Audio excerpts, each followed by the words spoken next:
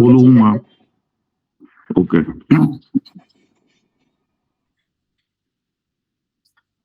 વક્રતુંડ મહાકાય સૂર્યકોટિ સમપ્રભ નિર્વિઘ્नं કુરુ મે દેવ શુભ કાર્યેષુ સર્વદા.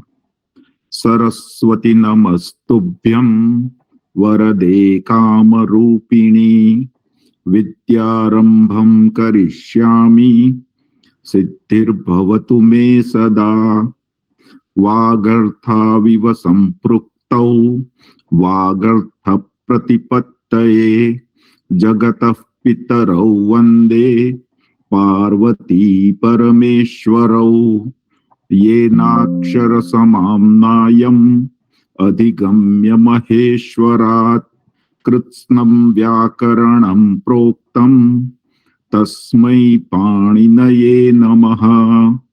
वाक्यकारं वररुचिं भाष्यकारं पतञ्जलिं पाणिनिं सूत्रकारं च प्रणतोऽस्मि मुनित्रयम्. रामो राजमणिः सदा विजयते रामं रमेशं भजे. रामेणाभिहता निशाचरचमूः रामाय तस्मै नमः. रामान्नास्ति परायणं परतरं रामस्य दासोऽस्म्यहम्. रामे चित्तलयः सदा भवतु मे भो राम मामुद्धर.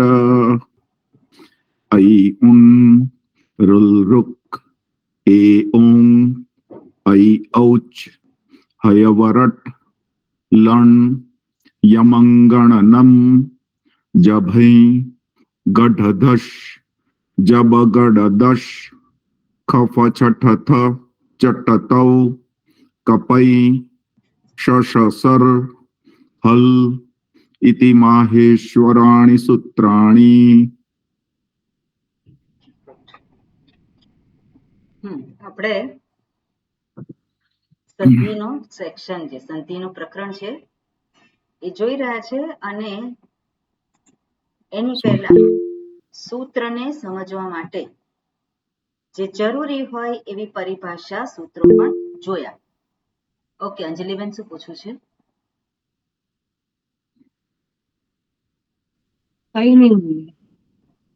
શું થયું? ઓકે, હા, એટલે એ પરિભાષા સૂત્રો જોયા જે દર્શાવે છે કે સૂત્રને કેવી રીતે સમજવું.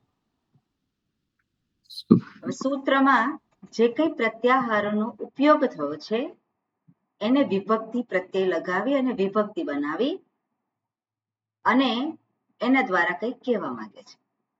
એટલે આપણે જોયું છે કે ષષ્ઠી વિભક્તિ છે ને શું કહેવાય? કોણ કહેશે?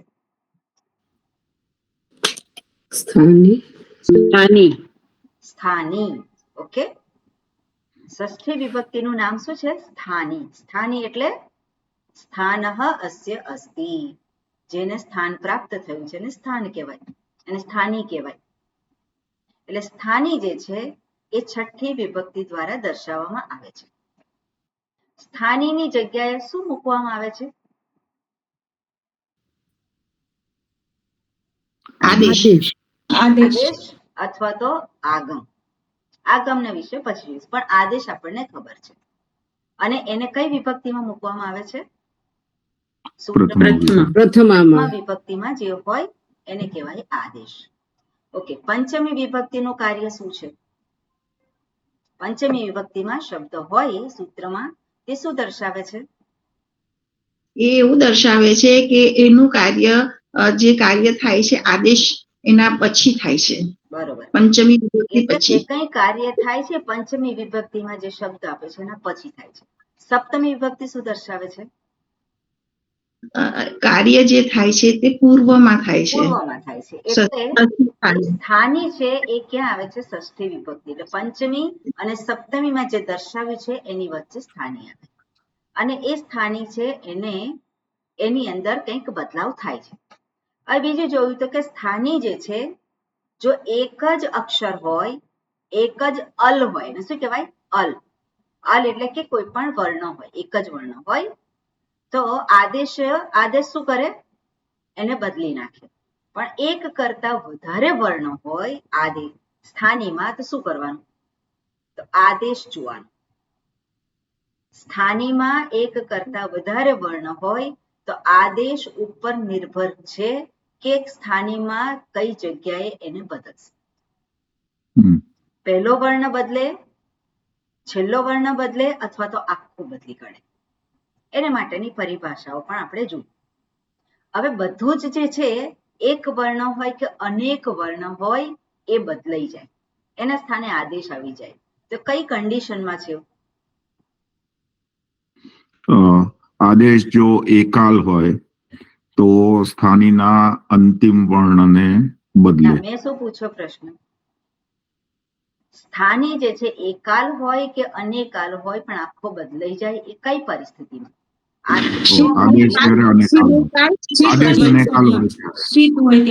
અનેકાલ હોવો જોઈએ અને શીત હોવો જોઈએ. અશીત એટલે શું? શકાર હોય આદેશમાં શકાર હોય તો આખો સ્થાનીને બદલી કાઢે છે. બીજું કોઈ? શકાર ઈત હોય. સ્થાનીમાં આદેશમાં શકાર જ્યારે ઈત હોય અને ઈત હોય એનું શું થાય? ઈત હોય તો તકાર છે તે એનું એ કરી દેવાનું, ખાલી શકારને લેવાનો, લોપ થાય. બરોબર. શકારને લેવાનો એ તપર કરણમ આખી વસ્તુ જુદી છે, એ બંનેને મિક્સ કરાય. એટલે જેમાં શકાર ઈત છે તો શકારનું શું થાય? શકાર અદર્શનમ. તસ્ય લોપઃ આવેલું છે ઈત લેટરમાં, છેલ્લું સૂત્ર છે તસ્ય લોપઃ. અને લોપ એટલે શું? અદર્શનમ. એનું દર્શન થતું નથી, એને જવું પડે. એટલે આદેશ જો શીત હોય તો આખા સ્થાનીને બદલી નાખે.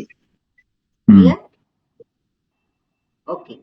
જો સ્થાની એક જ હોય તો આખું બદલાઈ જાય, પણ સ્થાની અનેકાલ હોય અને છતાં પણ છેલ્લો વર્ણ જ બદલાય, એવું કઈ સ્થિતિમાં છે?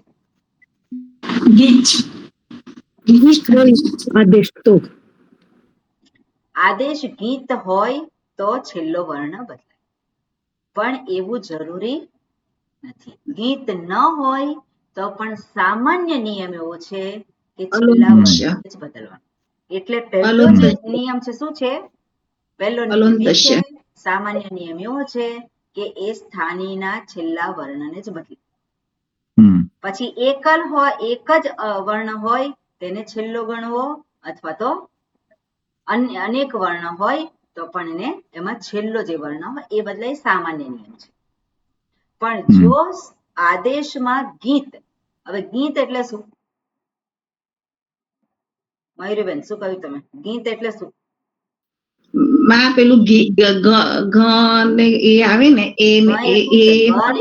ક્યાં અનુનાસિક છે એટલે બોલવાનું શું હોય? નાકમાંથી.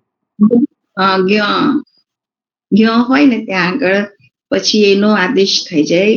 એક છેલ્લો ક્યાં આવે એવું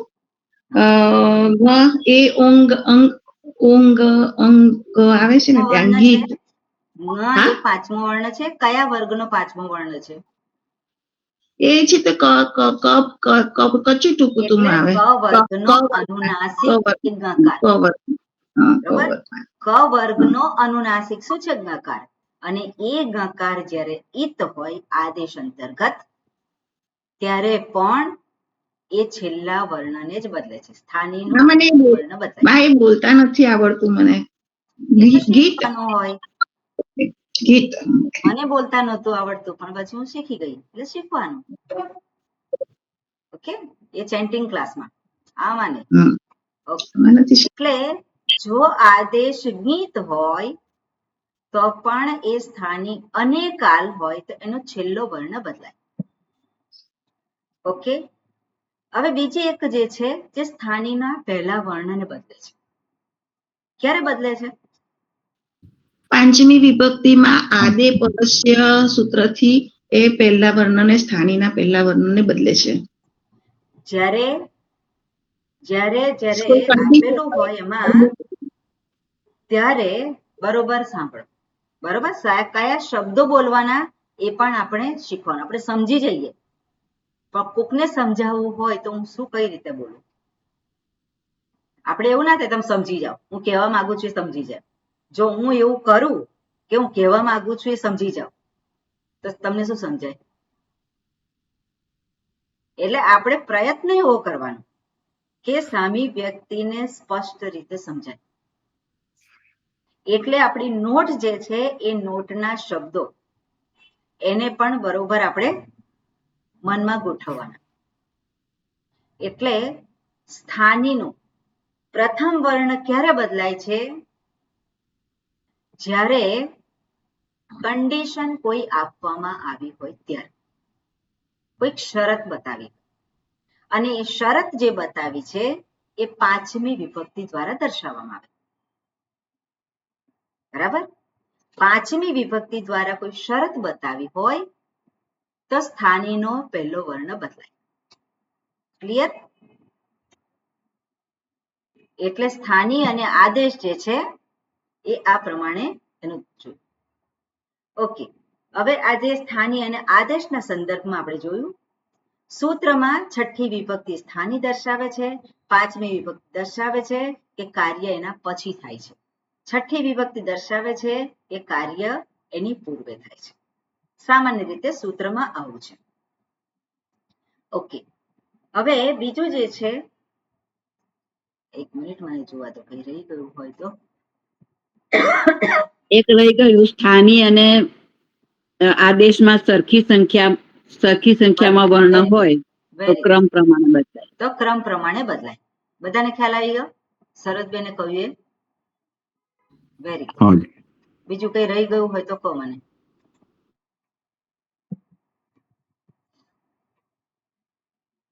ઓકે, બરાબર. હવે એના પછી આપણે જોયું તું સંધિ અંતર્ગત આપણે જે જોવાના છે સૂત્ર. એમાં સંધિ 3 જગ્યાએ દર્શાવી છે અને સૌથી પહેલા એમાં આપણે ત્રિપાદી છે એમાં જોઈશું. આ ત્રિપાદી એટલે શું? બધા એકના એક જવાબ ના આપે. ત્રિપાદી એટલે શું? જેમાં 3 પાદ હોય. બરોબર છે, 3 પાદ છે અને ત્રિપાદી. ઓકે, બીજું કોણ છે? છેલ્લા જે અધ્યાય છે અષ્ટાધ્યાયમાં, એમાં છેલ્લા 3 પાદ છે એને ત્રિપાદી કહેવાય છે, અને એની પહેલા છે એ 7 અને એનું અડધું એટલે સપાદ થાય છે. બરાબર ને? સપાદ સપ્તાધ્યાયી. સપાદ સપ્તાધ્યાય, અને છેલ્લે 3 અધ્યાય છે ત્રિપાદી કહેવામાં આવે છે. ઓકે, હવે જે લોકો આંગળી ઊંચી કરે અને હું કહું એ લોકો જ બોલે.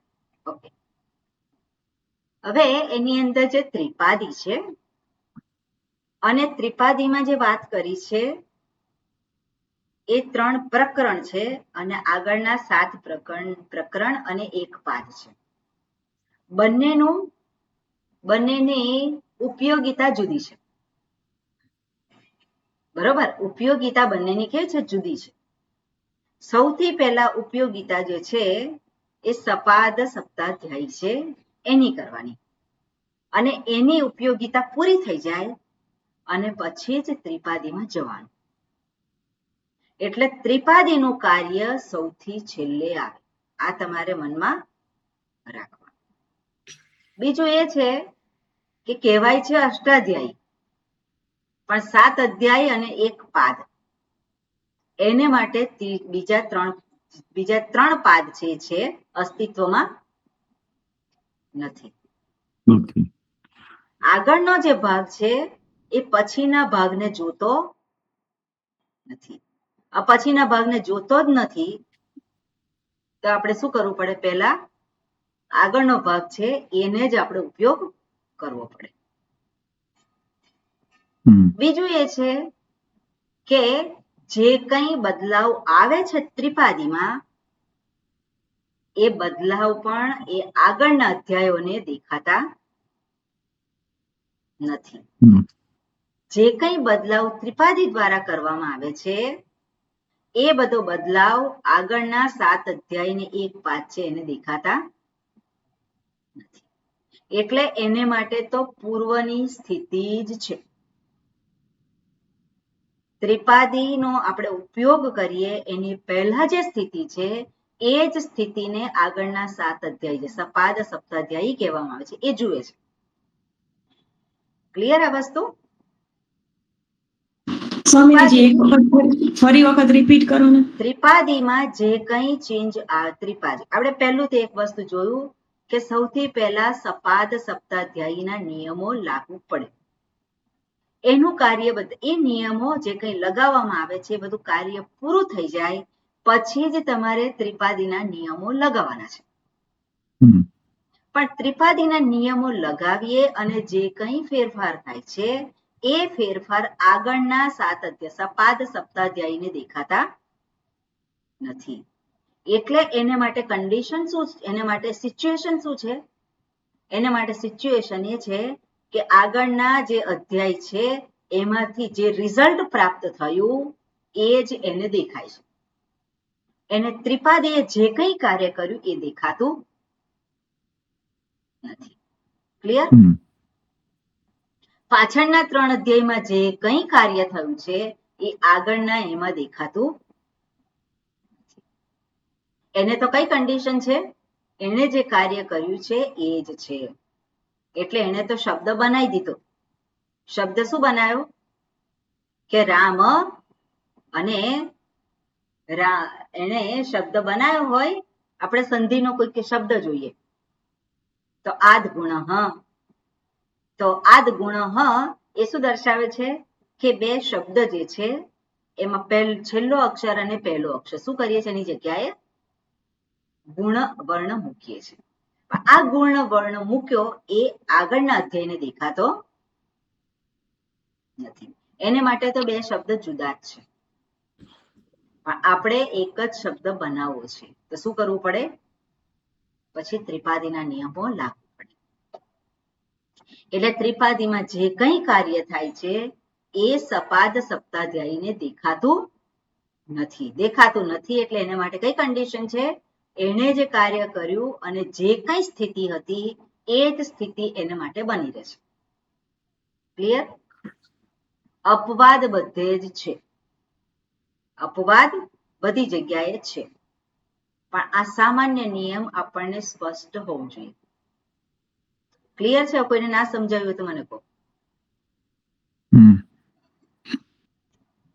સમજાઈ ગયું સ્વામીનીજી કે લાઈક સપાદ સપ્તાધ્યાયમાં જે કામ કર્યું હોય તે તેના પછીનું કામ એટલે સંધિનું કામ એ સપાદ સપ્તાધ્યાયીને દેખાય નહીં. પણ એનું મહત્વ શું છે? એટલે લાઈક એનું પ્રેક્ટિકલી કઈ જગ્યાએ આપણે યુઝ કરીએ એ વસ્તુ આપણે?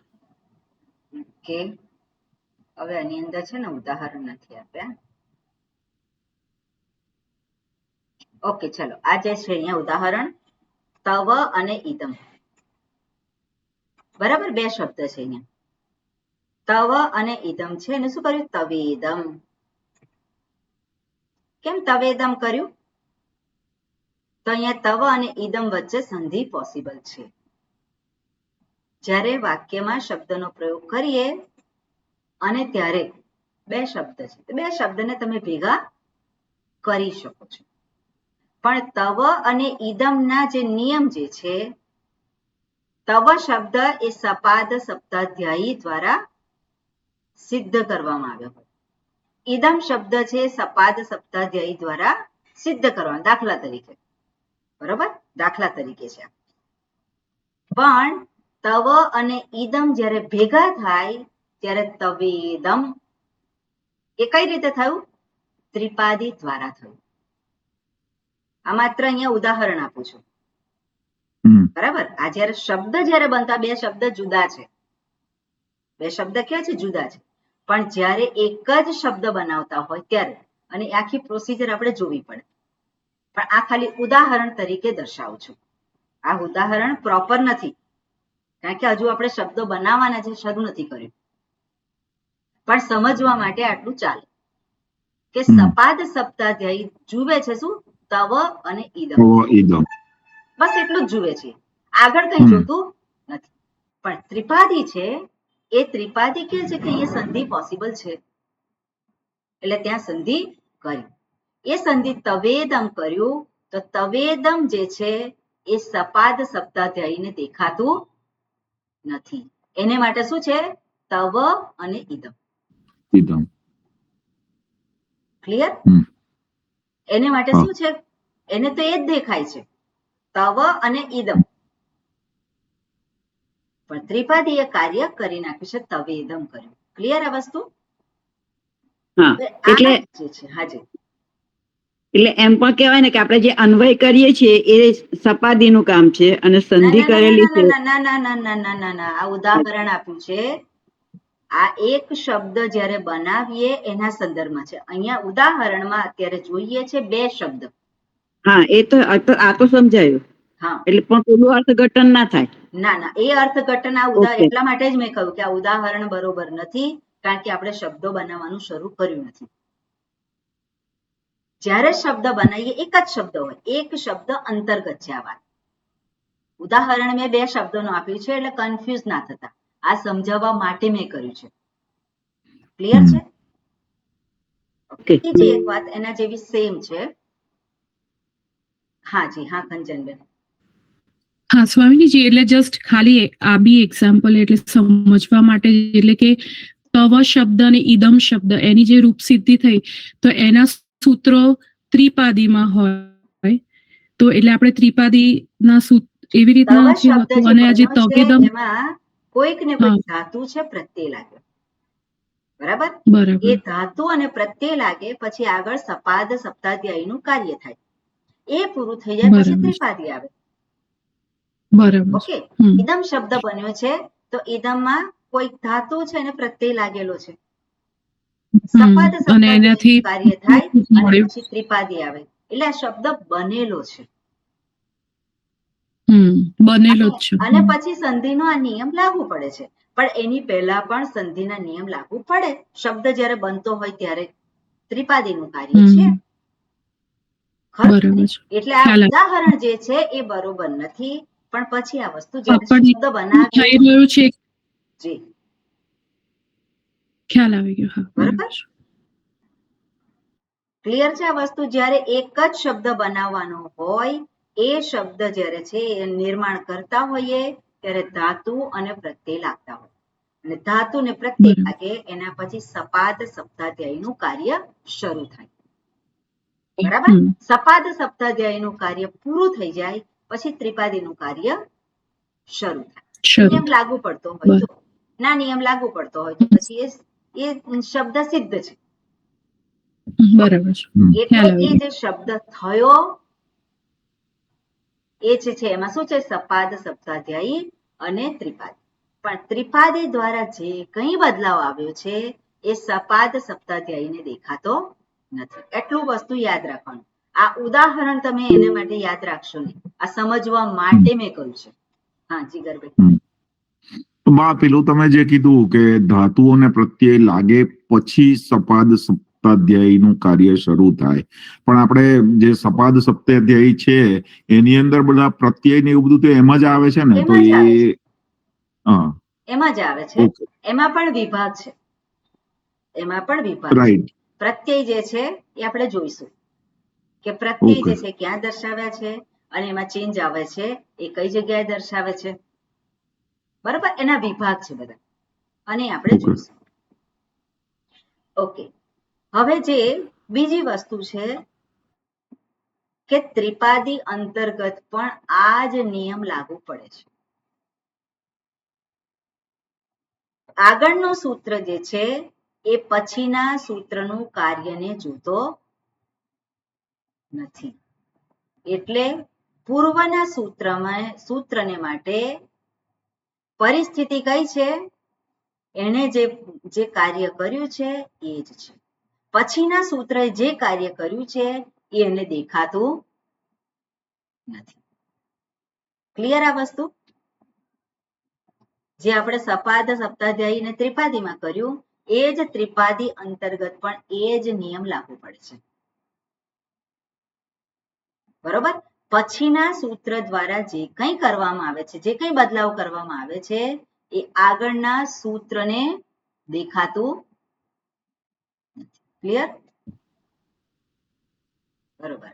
હવે અસિદ્ધત્વમ એને કહેવામાં આવે. પૂર્વત્ર અસિદ્ધમ. પૂર્વત્ર એટલે પૂર્વમાં જે છે એને દેખાતું નથી. પૂર્વત્ર અસિદ્ધમ એટલે શું છે? પૂર્વે જે છે, જે કોઈ સ્થિત છે, પૂર્વત્ર એટલે જે કંઈ દર્શાવવામાં આવ્યું છે એને પછીનું દેખાતું નથી. ક્લિયર? એને માટે તો શું છે? હું જ. એટલે એવું કહેવાય કે અવિદ્યમાન માનવામાં આવે છે એવું. હા, અવિદ્યમાન એટલે શું છે? નથી. વિદ્યમાન હમ. નથી. હા, વિદ્યમાન હમ. એટલે શું? જે દેખાય એ. જે છે, જે દેખાય છે હમ. પણ એને હમ. દેખાતું નથી. નથી. બરોબર. ક્લિયર આટલી વસ્તુ? આ અસિદ્ધત્વમ બીજી જગ્યાએ પણ આવે છે. એને આપણે સામાન્ય જોયું છે, એમાં અત્યારે વિશેષ ડિસ્કશન કરીશું નહીં. આ એક વસ્તુ સમજાય પછી જ્યારે એ સેક્શન જોઈશું ત્યારે આપણે જોઈશું. એમાં માત્ર એટલું જ છે કે પછીનું કે પહેલાનું નથી, પણ એક જ સિચ્યુએશનમાં જ્યારે બે સૂત્રને લગાવવામાં આવતા હોય ત્યારે એ બંને સૂત્ર એકબીજાને માટે અસિદ્ધ છે. બરાબર? એકબીજાનું કાર્યને જોતા નથી. એ અત્યારે એની અંદર સમજવા માટે એને કોઈ પ્રયત્ન કરશો નહીં. માત્ર અત્યારે મેં જે વાત કરી આગળ એને જ તમે ધ્યાનમાં રાખજો. નહીં તો બધી ગડબડ થશે તો પછી પ્રોબ્લેમ થશે. બરાબર? એટલે અસિદ્ધત્વમ જે બીજું સેક્શન છે એને આપણે જ્યારે જોઈશું ત્યારે એ વસ્તુ સમજાઈ જશે. ત્યાં સુધીમાં બધું આ ક્લિયર થઈ ગયું હશે, પેલાને સમજતા વાર નહીં લાગે. ઓકે, આપણે જોઈ રહ્યા હતા સંધિના સૂત્ર અને એમાં બે સૂત્ર જોયેલા છે, ખરું ને? ઓકે, ઓકે, વૃદ્ધિ કોને કહેવામાં આવે છે? હાથ ઊંચો કરજો, એ બોલશો નહીં કોઈ. જેને પણ કહેવું હોય એ હાથ ઊંચો કરે. વૃદ્ધિ કોને કહેવામાં આવે છે? કોને ક્લિયર નથી? વૃદ્ધિ કોને કહેવામાં આવે છે? કોને ક્લિયર નથી? હિમાલીબેન?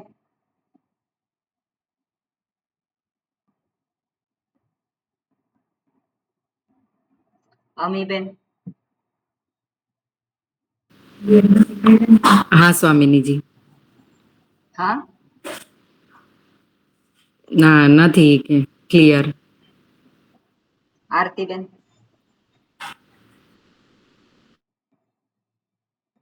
વૃદ્ધિ કોને કહેવામાં આવે છે ગ્રામરમાં? કલ્પનાબેન? ના, નથી ક્લિયર માં. જેને ક્લિયર નથી એ મને 10 વખત લખીને મોકલે, મને જ મોકલે. હર્ષાબેન? આ ને જોડે ઈ હોય તો એ થાય એવી રીતે એને વૃદ્ધિ કહેવાય ને. તમને ખબર છે વૃદ્ધિ કોને કહેવામાં આવે છે? બસ એટલો જ. હા, હા. સરોજબેન? આ એ ઓ આર. આ એ ઔ આર. નથી બરોબર. ઓકે, બીજું કોણ છે? કુસુમબેન? આ ઐ ઔ આર એ વૃદ્ધિ સ્વર છે. ઓકે, શીતલબેન? આ ઐ ઔ આર એ વૃદ્ધિ સંધિના શબ્દ. બેલા? આ ઐ ઔ એ વૃદ્ધિ. આ ઓકે, મયુરીબેન? માં આ ઐ ઔ વૃદ્ધિ સંજ્ઞા છે. બરોબર. જીગરબેન? માઇક ચાલુ કરો છો. હા, એટલે આ ઐ અને ઔ, રાઈટ. બરોબર. જેને આ ત્રણ વર્ણને કયા છે અથવા તો આર પણ જેને કન્સિડર કર્યું, આ ચાર વર્ણ અથવા તો ત્રણ વર્ણ અથવા તો ચાર વર્ણ જે કયા છે એ લોકોએ નથી લખવાનું, બાકી બધાએ 10 વખત લખવાનું છે. વૃદ્ધિ એવો શબ્દ લખી અને ઇઝ ઇક્વલ ટુ બરાબર કરી આ ઐ ઔ. બરાબર, ખ્યાલ આવ્યો? વૃદ્ધિ વૃદ્ધિ, સંસ્કૃતમાં વૃદ્ધિ. પછી એને બરાબર કરી એની સામે લખવાનું છે આ ઐ ઔ. હવે આ એટલે કેવી રીતે લખાય એ મને ના પૂછો. ઐ કેવી રીતે લખાય એ પૂછશું.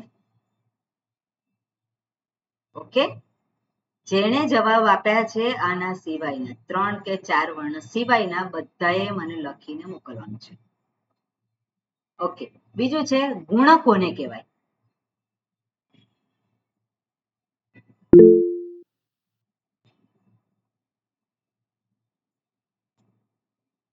ઓકે હિમાલીબેન. અ, એ, ઓ, અર અને અલ એ ગુણ વર્ણ છે. બરોબર. અમીબેન.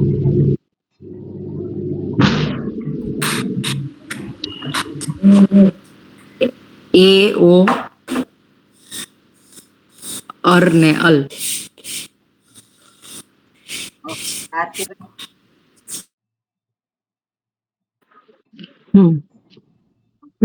એ ઓ અર અને અલ એ 4 ગુણ વર્ણો છે. ઓકે, બેલાબેન. અ એ ઓ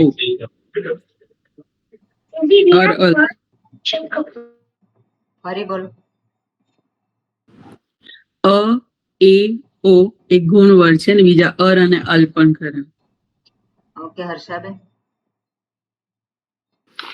અ એ ઓ અર અને અલ એ ગુણ. કલ્પનાબેન. અ એ ઓ અર અને અલ. સરોજબેન.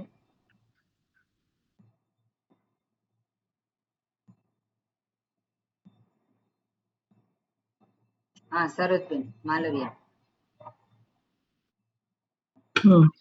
અ એ ઓ અર અલ ગુણવર્ણ. ઓકે, હા, સરોજબેન પંડ્યા. અ એ ઓ અર અલ. ઓકે, શીતલબેન. અ, એ, ઓ, અર, અલ. ગુડ, બધાને ખબર પડી? આને શું કહેવામાં આવે? અ એ ઓ અર અલ. એને શું કહેવામાં આવે? ગુણ. ગુણવર્ણ. એટલે જેને ક્લિયર ના હોય ગુણ અને પછી બરાબરની સાઇન કરી અને આટલા 5 વર્ણ લખવાના. ક્લિયર? 5 જે છે લખવાના.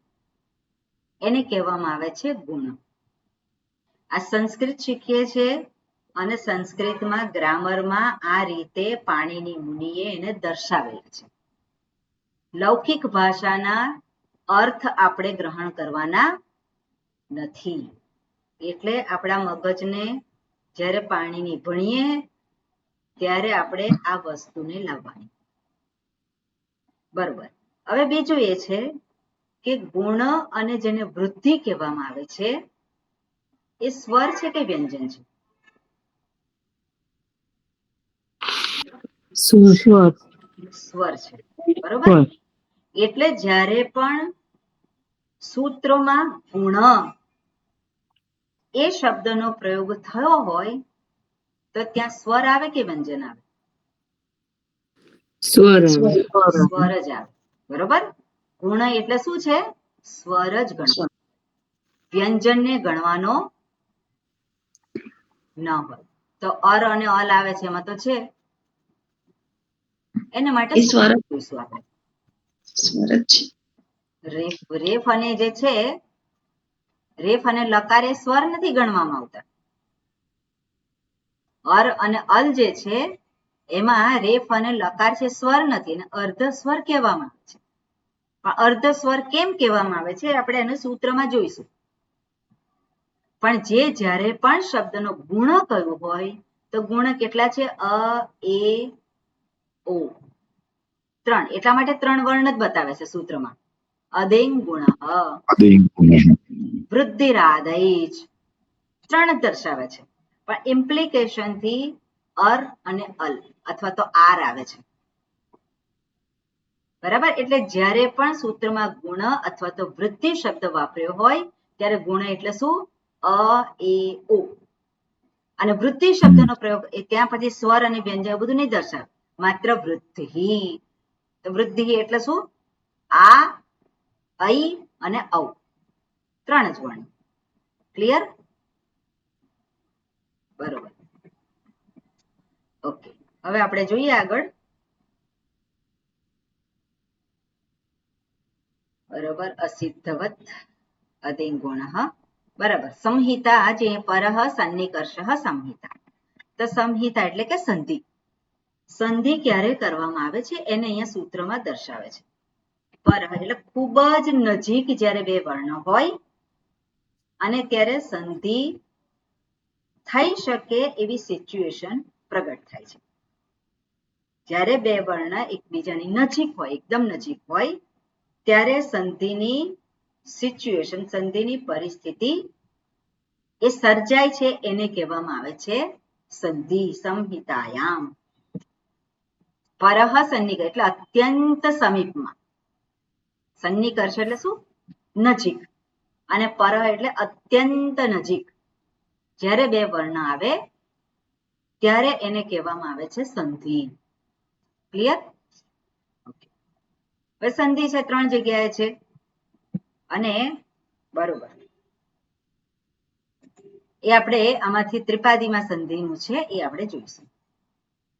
અહીંયા સૂત્ર છે વિરામો અવસાનમ. અવસાન એવી સંજ્ઞા પ્રાપ્ત થઈ છે. અવસાન એટલે કોઈ વ્યક્તિનું મૃત્યુ થાય અને જે અવસાન કહીએ છીએ અહીંયા અવસાન, એનું એ અવસાન નથી. નહીં તો જો એને અવસાન ગણવામાં આવે તો પાણીની મુનિનું પણ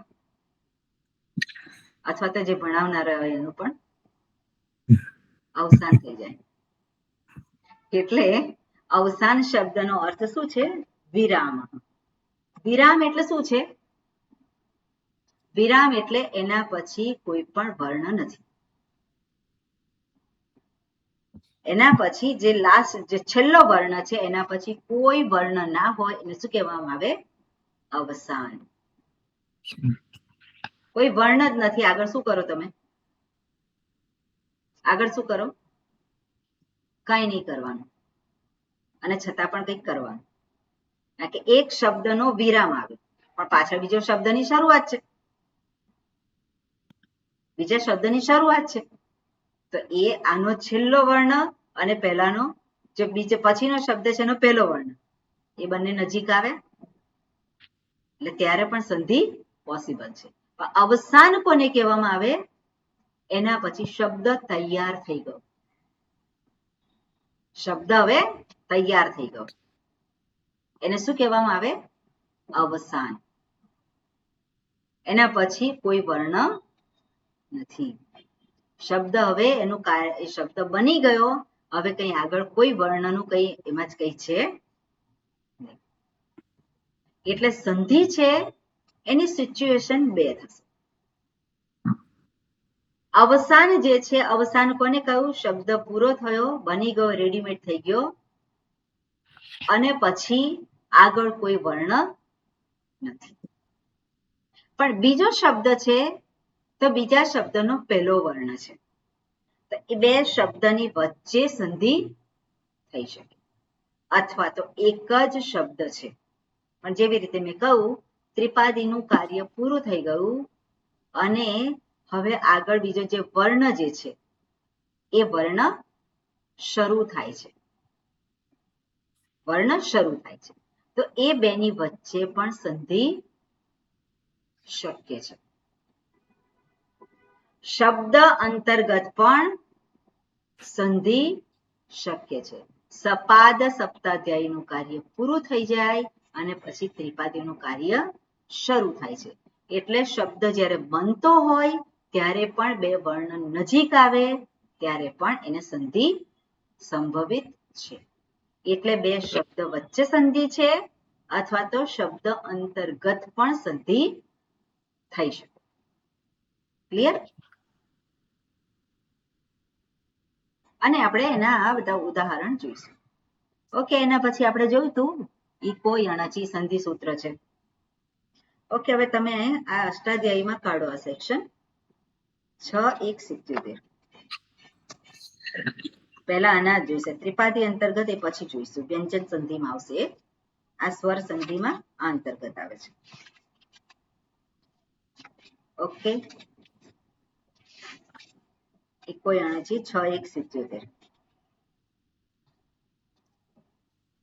અષ્ટાધ્યાયીમાં, અષ્ટાધ્યાયી એટલે કઈ પુસ્તક બતાવો? બરોબર, ગુડ. 6.1.77. હા, આરતીબેન પૂછ્યું છે કઈ? ના, હું પુસ્તક બતાવતી હતી. ઓકે, 6.1.77 છે ઇકોયાણાજી. એમાં કઈ અનુવૃત્તિ આવશે?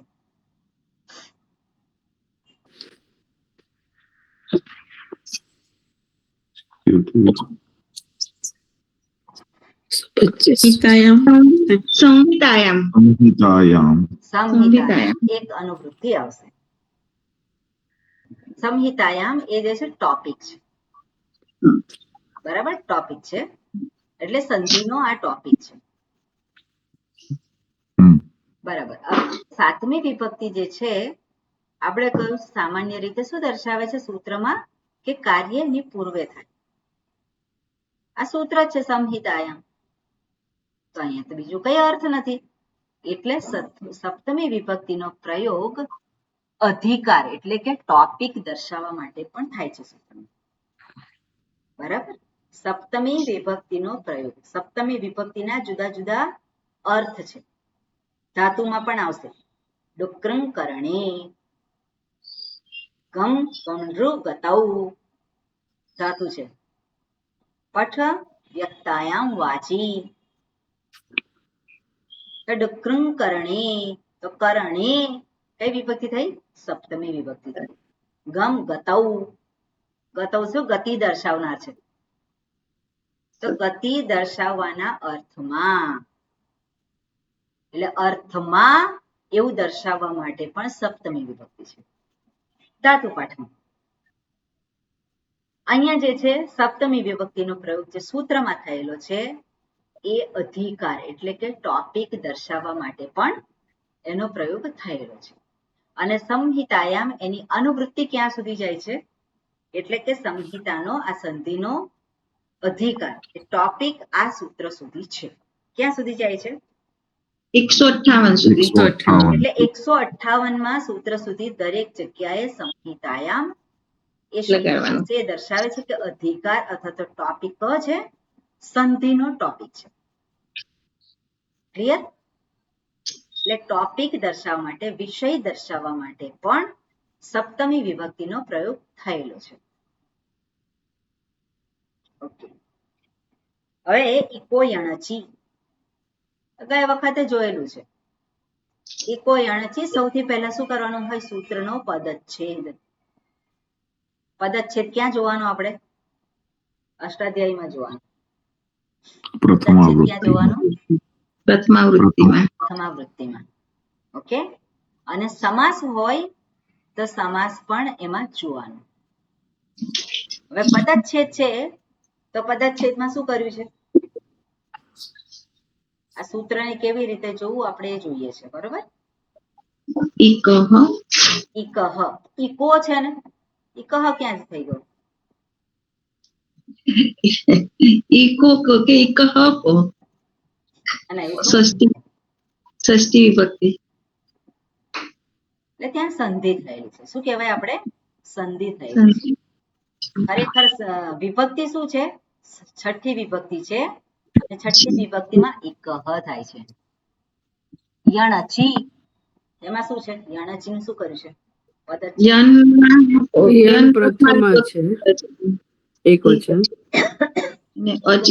પ્રથમા વિભક્તિમાં છે અને અચી એ સપ્તમી. ત્રણ શબ્દ જુદા જુદા છે, બરાબર. હવે આપણે એનું પ્રાતિપદિક શોધી કાઢવાનું. પહેલા તો ઇકહ નું પ્રાતિપદિક શું છે? ઇક. પછી યણ નું પ્રાતિપદિક શું છે? યણ. અને અચી નું પ્રાતિપદિક શું થાય? પ્રાતિપદિક એટલે શું? એટલે જે એના મૂળ શબ્દ. મૂળ શબ્દ. મૂળ જે છે એ શબ્દ જે છે એને કહેવાય પ્રાતિપદ. રૂઢ રૂઢ. એના પછી વિભક્તિ પ્રત્યય લાગીને બધા શબ્દો બને છે. એટલે હવે ઇકહ છઠ્ઠી વિભક્તિ છે, અચી જે છે સપ્તમી વિભક્તિ છે, અને યણ જે છે એ પ્રથમા વિભક્તિ. પ્રથમા વિભક્તિમાં છે એને શું કહેવાય? આદેશ. આદેશ. આદેશ. છઠ્ઠી વિભક્તિમાં છે એને શું કહેવાય? સ્થાની. સ્થાની. સ્થાની. સપ્તમી વિભક્તિમાં છે શું કહેવાય? તસ્મિન નિર્દેષ્ટે પૂર્વસ્ય.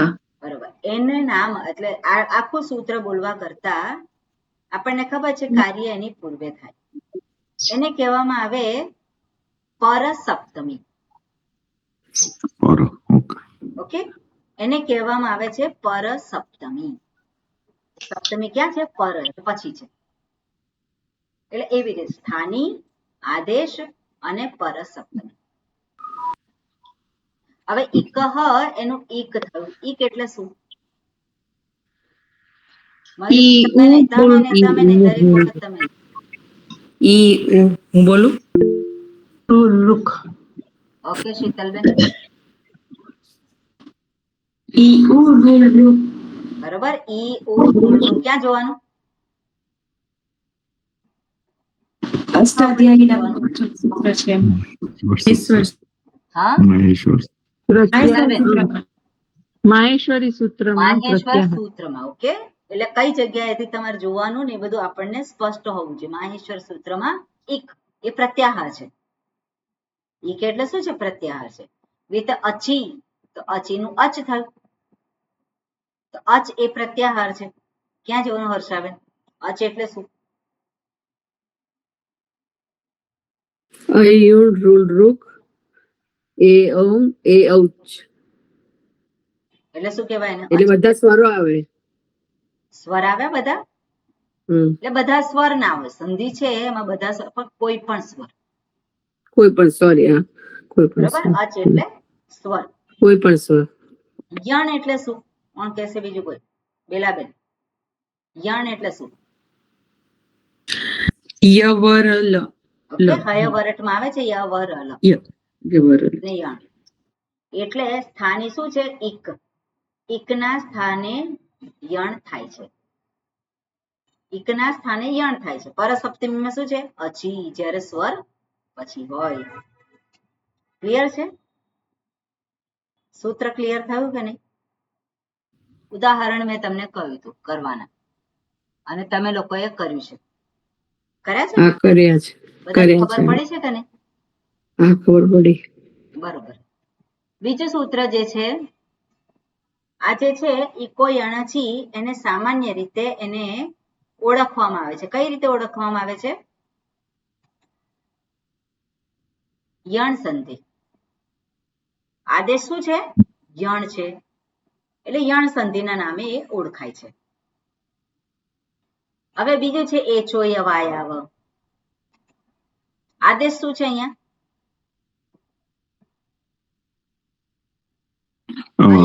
આદેશ is અયવાયાવ. અયવાયાવ એવું આદેશ. એટલે એને ઓળખાય છે કઈ રીતે?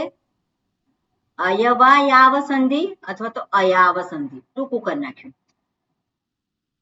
બરાબર. એ ઓળખાય છે કઈ રીતે? અયાવ સંધિ. આદેશને આધારે એને નામ આપી દીધું છે. એટલે અયાવ સંધિમાં શું છે? નિયમ શું છે? હવે 6-1-78 છે. કઈ અનુવૃત્તિ છે? જુઓ, અનુવૃત્તિ કઈ આવે છે? અચી અને સંહિતાયામ. અચી અને સંહિતાયામ. અચી ક્યાંથી આવે છે? અનુવૃત્તિ ઇકોયન અચીમાંથી. ઇકોયણ અચીમાંથી અચીની અનુવૃત્તિ આવે છે. બરોબર. હા, કોને ખબર નથી પડતી? કલ્પનાબેન ક્યાં ગયા? હા, તો પડી ખબર. પડી ગઈ ખબર?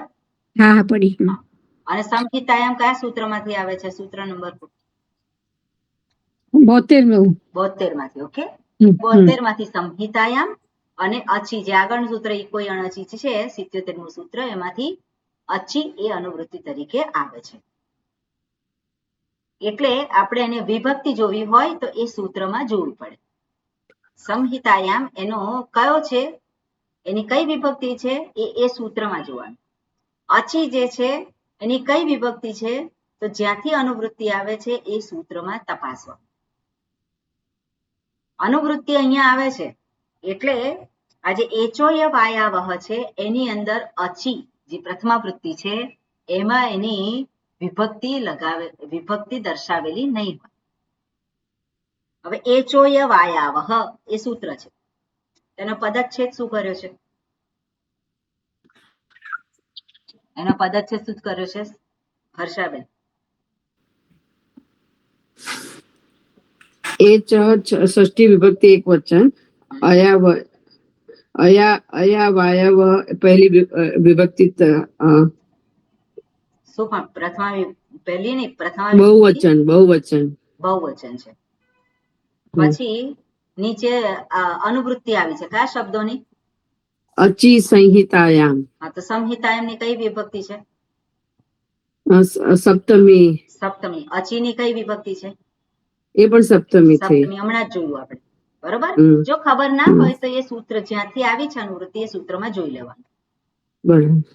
ઓકે, હવે તમે મને કહો કે અહીંયા જે છે એ ચ હ ષષ્ઠી વિભક્તિ છે, પ્રાતિપદિક શું થાય?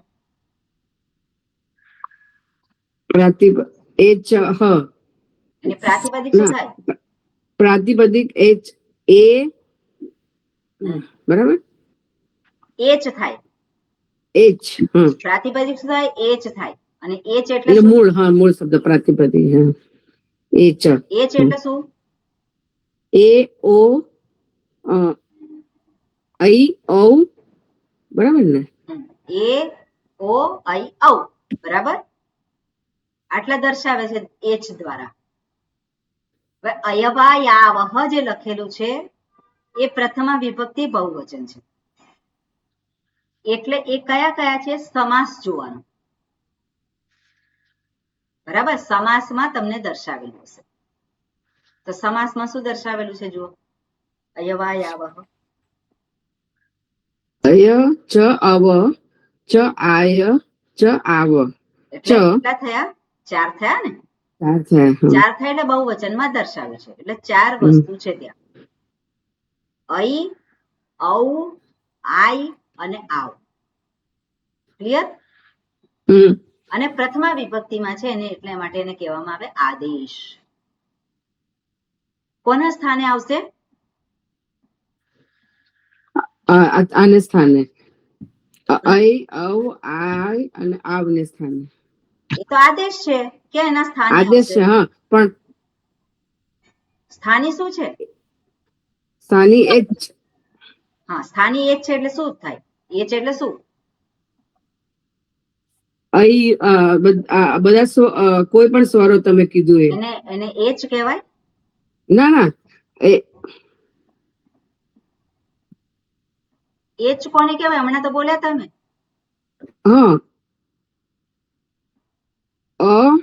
સોરી, એ ઓ આઈ ઔ.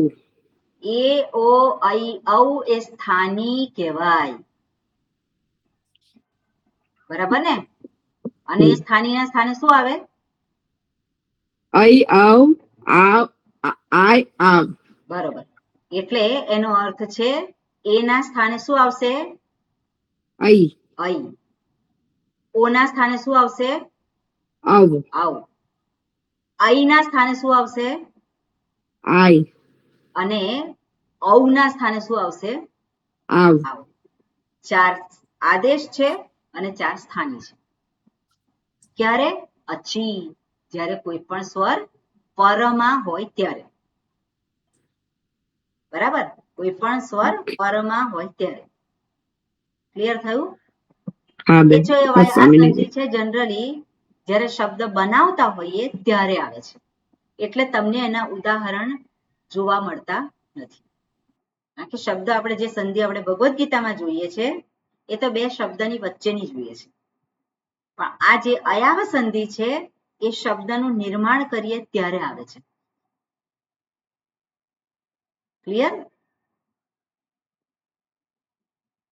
બરોબર. ઓકે, હવે જે સેક્શન છે હવે તમે કાઢો અષ્ટાધ્યાયીમાં સમજવાનું છે. આ બે જોયું હતું. હવે દર્શાવે છે 6-1-84 સૂત્ર. તમે કાઢો.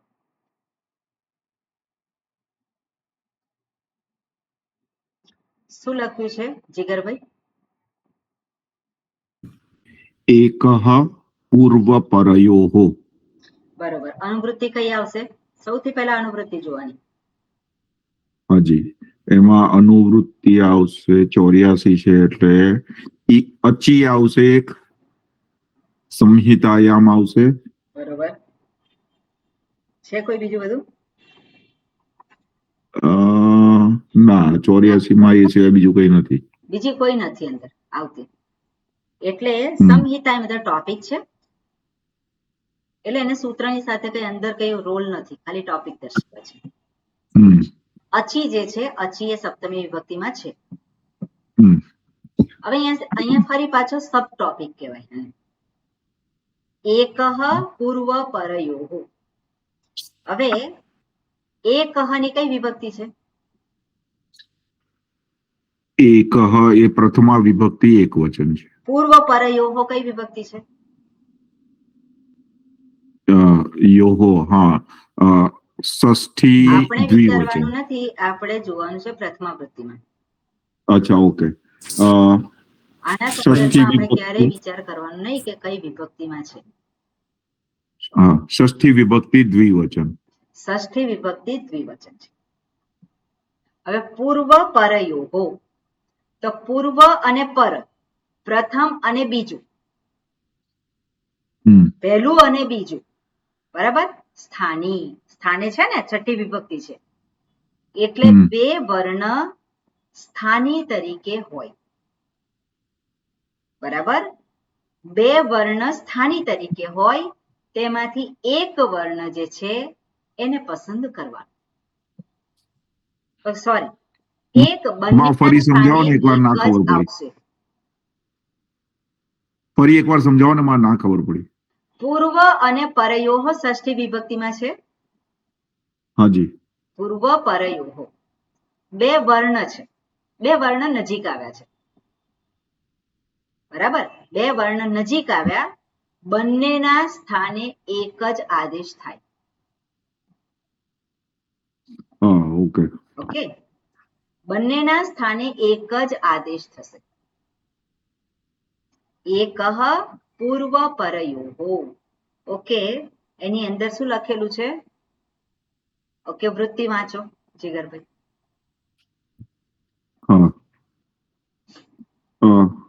એકઃ પ્રથમા વિભક્તિ એક વચન, પૂર્વ પરયોઃ ષષ્ઠી વિભક્તિ. હા, અને અર્થ એટલે વૃત્તિ. વૃત્તિ એટલે અર્થ, રાઈટ? હા, વૃત્તિ એટલે અર્થ. અધિકારો અયમ ઋત ઉત ઇતિ યાવત. ઓકે, હવે આટલા દ્વારા શું સમજ્યા તમે? થોડું સંસ્કૃત આપણને ખબર પડી જાય. અધિકારઃ અયમ એટલે એનો શબ્દ શું, એનો અર્થ શું થાય? આનો અધિકાર. આ અધિકાર છે, ટોપિક છે. હવે સંધિ અંતર્ગત આ ફરી પાછો સબ ટોપિક આવ્યો. બરાબર. અધિકારઃ અયમ ઋત ઉત ઇતિ યાવત, એનો અર્થ શું થાય? ઋત ઉત ઇતિ યાવત. હા, ઋત ઉત ઇતિ યાવત. હવે ઋત ઉત એ સૂત્ર છે. સૂત્ર છે. કયું સૂત્ર છે? 6-1-107. 6-1-107. જુઓ એ સૂત્ર જુઓ. 111. 6-1-111. એ તો પ્રથમ આવૃત્તિ હોય. 111 છે. 111 છે. હા, 111 છે. અષ્ટાધ્યાયમાં 111 છે, આમાં અનુવૃત્તિ 107. આ ખોટું છે. રાઈટ, એટલે 111 સુધી જશે. બરોબર. એટલે 6-1-111 સુધીમાં આદેશ જે આપવામાં આવે છે, જે બે ના સ્થાને એક આદેશ થશે. બરોબર. બે ના સ્થાને એક જ આદેશ થશે. હવેનો ટોપિક જે છે એ દર્શાવે છે કે બે જે સંધિની સિચ્યુએશન થાય, બે વર્ણ સાથે આવે તો બેના સ્થાને એક જ આદેશ થશે. એકો અણચી સૂત્ર જે છે આપણે જોયું, એચોય વાયવ જોયું, એમાં એક આદેશ થશે એવું કહેવામાં આવ્યું નથી. એમાં તો શું છે કે એના સ્થાને આદેશ કરો, આના સ્થાને આ આદેશ કરો. સ્થાની દર્શાવ્યા છે અને આદેશ દર્શાવે છે. પણ હવે જ્યારે આ દર્શાવે છે કે પૂર્વ અને પર એટલે બેના સ્થાને એક આવશે. કયું એક આવશે એ દર્શાવશે આપણને, પણ બેના સ્થાને એક જ આવશે. ક્લિયર? ઓકે. એમાં ભાષાર્થ લખ્યું છે. શું લખ્યું છે બોલો? અર્થ છે. તત્ર પર્યંતમ યદ્વક્ષ્યતિ તત્પૂર્વસ્ય પરસ્ય ચ દ્વયોરપી સ્થાન એકાદેશો ભવતીતિ વેદિતવ્યમ. ઓકે. હવે હિન્દીમાં ટ્રાન્સલેશન છે કે નહીં? એમાં ના, આમાં હિન્દી નથી. ના, છે નીચે છે. ઓકે. એટલે ભાષાર્થ એટલે શું છે? હિન્દી ટ્રાન્સલેશન વાંચવાનું. राइट. Okay okay. पूर्व और पर दोनों स्थान में एक आदेश होगा ऐसा जानना चाहिए. બરોબર. મેં જે વાત કરી એ જ કહ્યું ને. પૂર્વ અને પર એટલે બેના સ્થાને એક આદેશ થાય છે. આ અધિકાર છે, આ ટોપિક છે. સંધિ અંતર્ગત આ બીજો ટોપિક છે. ક્લિયર? થઈ ગયું ક્લિયર આ વસ્તુ બધાને?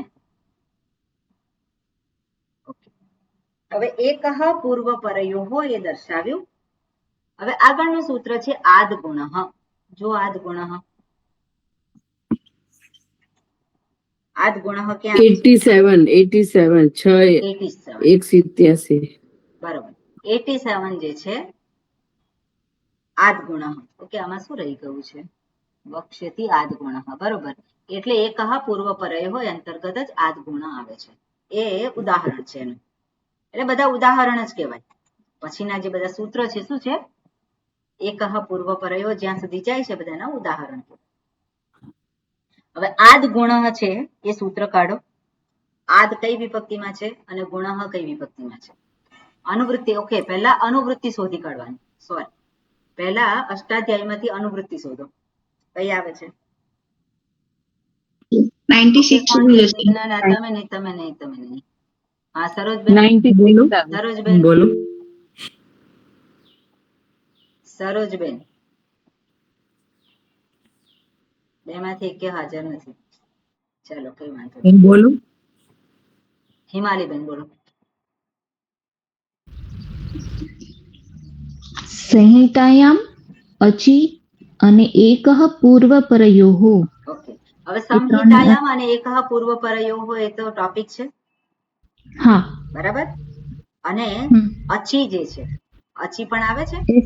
અચી એટલે સપ્તમી, પરમાં જ્યારે હોય ત્યારે કોઈ પણ સ્વર. હવે આદ ગુણઃ છે, એમાં આદ કઈ વિભક્તિમાં છે? હવે આપણે પ્રથમાવૃત્તિમાં પંચમી વિભક્તિમાં છે આદ. આદ પંચમી વિભક્તિમાં છે તો પ્રાતિપદિક શું થાય? આદ પ્રાતિપદિક થાય. આદ પ્રાતિપદિક હોય તો પંચમી વિભક્તિ શું થાય? જો પ્રાતિપદિક આદ તમે જુઓ તો પંચમી વિભક્તિ શું થાય? મર્દ શબ્દની જેમ આદહ થાય, પણ અહીંયા આદહ છે તો આદ છે અને પંચમી વિભક્તિ દર્શાવે છે તો એનું પ્રાતિપદિક શું થાય? આત. એવું ક્યાં આવે છે? આત થાય. આત. રામાત આવે છે. તો રામાત તેનું પ્રાતિપદિક શું છે? રામાત નું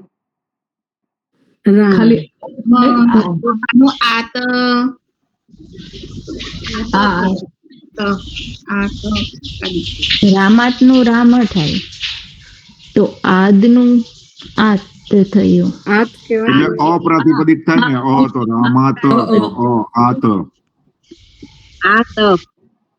આત એટલે શું? પ્રાતિપદિક શું થશે?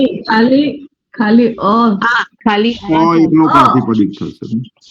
બરોબર ને? હા. પ્રાતિપદિક શું અ થાય? એટલે સૌથી પહેલા આપણે કોઈ વિચારો નહીં કરવાના. આ તે તપરકરણ છે કે આ છે કે પેલું છે કે આ, એટલે કશું વિચારવાનું નહીં. સૌથી પહેલા પંચમી વિભક્તિ છે એનું પ્રાતિપદિક શોધી કાઢવાનું. બરોબર? એ પ્રાતિપદિક શું થાય? ખરું કે નહીં? અની પંચમી વિભક્તિ શું થશે? આત. હવે અ શું દર્શાવે છે? અ બંનેને દર્શાવે. અ અને આ બંને. બરોબર? અ એટલે અવર્ણ, અને અવર્ણ જ્યારે છે તેમાં અ અને આ બંને આવી જાય. એટલે અના જેટલા વેરિએશન છે બધા આવી જાય. જે 18 આપણે કયા હતા, 18 જે છે એના બધા જે વેરિએશન જે આપણે કહીએ એના બધા બધા જ આવી જાય. અહીંયા આપણે શબ્દશાસ્ત્ર છે આપણે એ બનાવીએ છીએ, એટલે રસ્વ અને દીર્ઘ છે એનો જ આપણે અહીંયા પ્રયોગ કરીએ છીએ. લૌકિક ભાષા જે છે એને શીખવા માટે. વૈદિક ભાષાનો પ્રયોગ આપણે કઈ કરવાના નથી. એટલે જે આપણે કહીએ કે અ, તો અ એટલે અ અને આ. તો અ અને આ પછી અચી એટલે શું? કોઈ પણ સ્વર હોય. અ અને અ અથવા તો આ પછી કોઈ પણ સ્વર હોય તો બંનેના સ્થાને એક જ આદેશ થશે. કયો આદેશ? તો આત એ પંચમી વિભક્તિ છે. પછી ગુણઃ કઈ વિભક્તિ છે? પ્રથમા વિભક્તિ એક વચન. પ્રથમા વિભક્તિ આદેશ કહેવાય એને? હા. શું કહેવાય? આદેશ કહેવાય ને? તો ગુણ એટલે શું? અ એ અર અને અલ. એ અને ઓ. એ ગુણ એ આદેશ છે. એટલે કે અ અથવા તો આ પછી કોઈ પણ સ્વર આવે તો બંનેના સ્થાને ગુણ આદેશ થાય છે. ક્લિયર? સૂત્રને આવી રીતે સમજવાનું. એકઃ પૂર્વ પરયો છે. એકઃ પૂર્વ પરયો શું થાય? અવર્ણ, અ કે આ, એના પછી અચી. અચી એટલે શું છે? કોઈ પણ સ્વર આવે તો બંનેના સ્થાને ગુણ આદેશ થાય છે. અને ગુણ એટલે શું? અ, એ, ઓ. ક્લિયર? આટલું આપણને સૂત્ર દ્વારા આપણે સમજવાનો પ્રયત્ન કરવાનો. ઓકે, હવે એની અંદર વૃત્તિ લખી છે. વાંચો વૃત્તિ. હિમાલીબેન.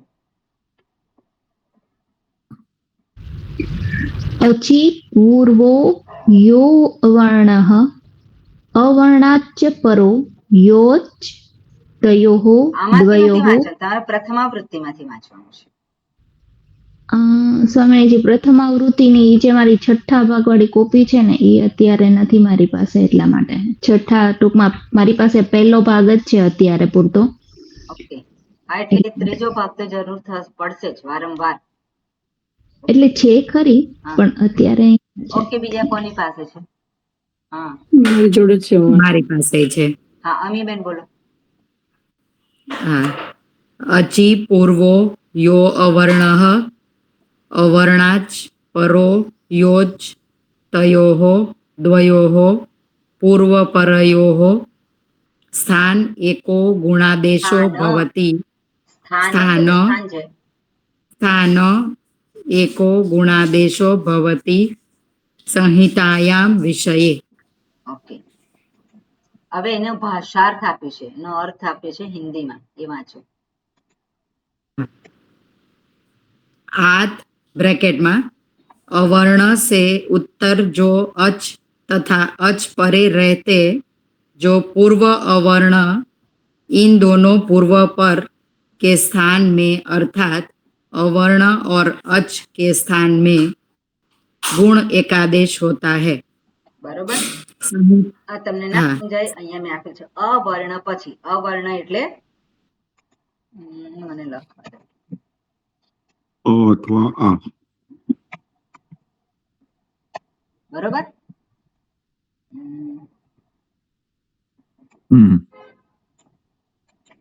અ કે આ પછી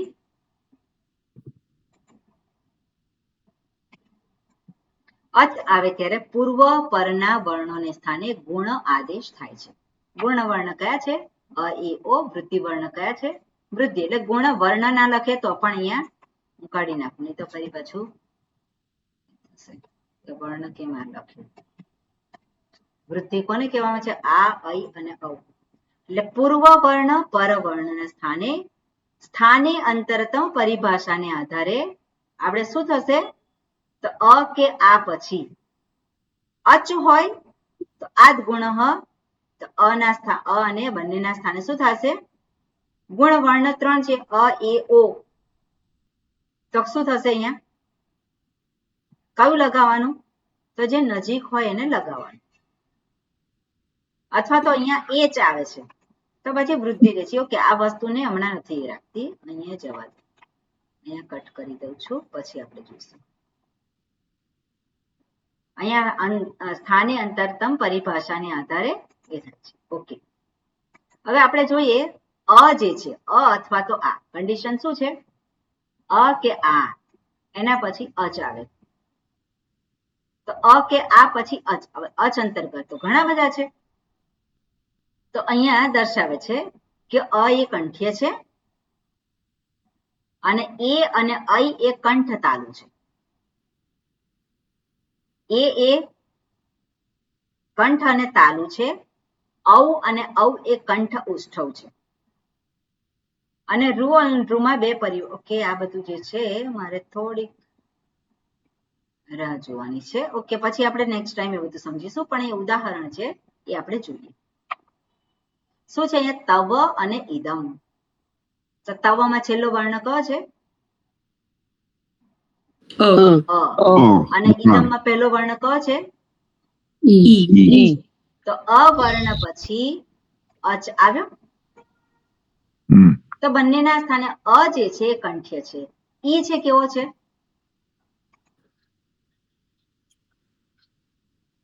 ઈ તાલવ્ય છે. ઈ તાલવ્ય. તો બંનેના સ્થાને અ અને ઈ ના સ્થાને એવો વર્ણ ગોઠવવાનો, એવો ગુણ વર્ણ ગોઠવવાનો કે જે બંનેના એમાં ગુણધર્મ હોય. કંઠ્ય પણ હોય અને તાલુ પણ હોય, તાલવ્ય પણ હોય. એવો કયો વર્ણ છે ગુણ વર્ણ? ઈ. બરોબર? એમાં બંને ભાગ આવી જાય છે. એટલે બંનેના સ્થાને શું થશે? આદેશ એ થશે. અ કે આ પછી જો અચ અંતર્ગત આપણે સ્વર જે હોય જેમાં દંત્ય હોય તો પછી કયો લેવો પડે? દંત્ય નહીં, પણ શું છે? ઓ એટલે ઓષ્ઠ્ય.